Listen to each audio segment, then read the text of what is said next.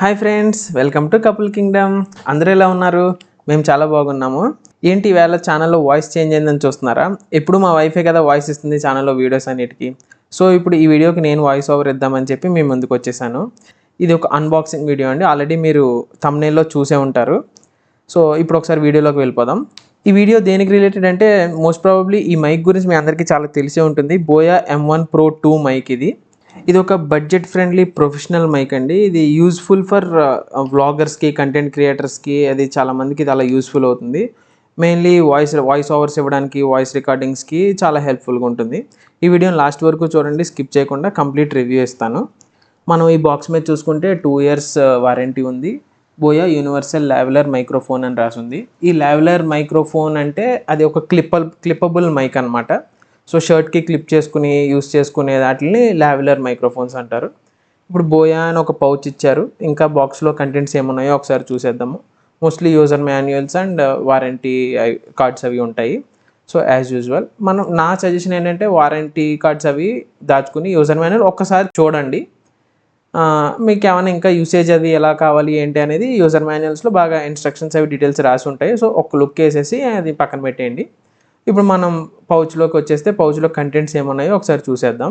Okay, చాలా decent ప్యాకేజింగ్తో వచ్చిందండి. ఒక యూనిట్ ఉంది, మైక్రోఫోన్ యూనిట్ ఉంది, ఒక ఆపరేషనల్ యూనిట్ ఉంది, అండ్ మనకి ఫోమ్ విండ్షీల్డ్ కూడా ఇచ్చారు.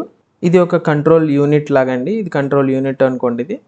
దీంట్లో 2 స్విచ్చెస్ లాంటివి ఉన్నాయి. అవి ఏంటనేది మీకు చెప్తాను. బట్ మనం ఇప్పుడు వైర్ కేబుల్ లెంత్ మాత్రం చాలా డిస్టెన్స్ వస్తుందండి. ఇది అంటే మనం కెమెరాస్కి ప్లగ్ చేసుకుని వాయిస్ ఓవర్ ఇచ్చినప్పుడు, లేకపోతే రియల్ టైంలో రికార్డ్ చేసినప్పుడు చాలా యూస్ఫుల్గా ఉంటుంది ఇంత వైర్ లెంత్ ఇవ్వడం వల్ల. సో ఇది చాలా కీ ఫీచర్ అని చెప్పచ్చు. ఇది మైక్ చాలా స్లీక్ డిజైన్తో ఉంది. సో ఇంకా అంతకన్నా ఎక్కువ ఏం లేవండి. Just 3.5mm head phone Jack ఉంది, ఒక కంట్రోల్ యూనిట్ ఉంది, ఒక మైక్ ఉంది, అంతే. ఇప్పుడు మనం ఇది చూస్తే ఇక్కడ ఇయర్ ఫోన్స్ పెట్టుకోవడానికి ఒక స్లాట్ ఇచ్చారు. అంటే ఇది మైక్ కదా, జస్ట్ మనం ఆడియో ఇస్తాం అంతే. సో ఆ ఆడియోని మళ్ళీ మనం వినడానికి ఇయర్ ఫోన్స్ పెట్టుకుని మనం అదే దాంట్లో వినొచ్చు మళ్ళీ. సో ఇది ఈ స్విచ్చెస్ ఏంటంటే -10 dB స్విచ్ అని ఉంది కదా, ఇది DSLRస్కి అది పెట్టుకున్నప్పుడు ఎప్పుడైనా మనం మామూలుగా ఫోన్స్కి పెట్టుకున్నా సరే లౌడ్ నాయిస్ ఏరియాలో మనం రికార్డింగ్ చేస్తుంటే ఆ స్విచ్ ఎనేబుల్ చేసుకోవాలి మనం. ఆ స్విచ్ ఎనేబుల్ చేసుకుంటే చాలా నాయిస్ రిడక్షన్ అనేది అవుతుంది. నెక్స్ట్ ఏంటంటే ఇది లావెలర్ మైక్రోఫోన్ కాబట్టి సో ఆబ్వియస్గా మనకి క్లిప్ ప్రొవైడ్ చేయాలి.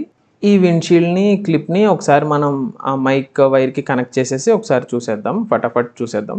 ఇదండి మనం మైక్కి ఫిట్ చేసిన తర్వాత విండ్షీల్డ్ ఎలా ఉంటుంది, కొంచెం ప్రొఫెషనల్ లుక్ వచ్చింది కదా చిన్నగా. క్లిప్ని కూడా అటాచ్ చేసేద్దాం ఒకసారి. ఈ క్లిప్ని కూడా అటాచ్ చేశాక ఈ క్లిప్ని మనం షర్ట్కి క్లిప్ చేసేసుకుని మనం వాయిస్ ఓవర్ అది ఇవ్వచ్చు. ఇది ఓమ్ని డైరెక్షనల్ మైక్ అండి. యాక్చువల్గా ఇది ఒక కీ పాయింట్ ఇది. సో ఓమ్ని డైరెక్షనల్ అంటే ఏంటంటే మన చుట్టూ ఉన్న వాయిస్ని అంతా కూడా ఇది క్యాప్చర్ చేస్తుంది, ఓన్లీ వన్ డైరెక్షన్లో కాదు. అండ్ అన్నట్టు చెప్పడం మర్చిపోయాను, దీంట్లో బ్యాటరీ కూడా ప్రొవైడ్ చేస్తారండి. ప్రొవైడ్ చేయడం అంటే మనకి ప్యాకేజింగ్తో అయితే రాదు, ఇన్బిల్ట్ బ్యాటరీతో వస్తుంది. సో ఆ బ్యాటరీ మనకు మోస్ట్ ప్రాబబ్లీ అంత ఈజీగా అయితే ఛార్జ్ డౌన్ అవ్వదు. సో అది ఇయర్స్ వస్తుంది. సో అది ఎప్పుడు బ్యాటరీ యూటిలైజ్ చేసుకుంటుంది అంటే మనం ఎప్పుడైనా DSLRస్కి అది పెట్టినప్పుడు మనం స్విచబుల్ అవుట్పుట్ కెమెరా మోడ్లో పెడతాం కదా, అప్పుడు మాత్రమే తీసుకుంటుంది.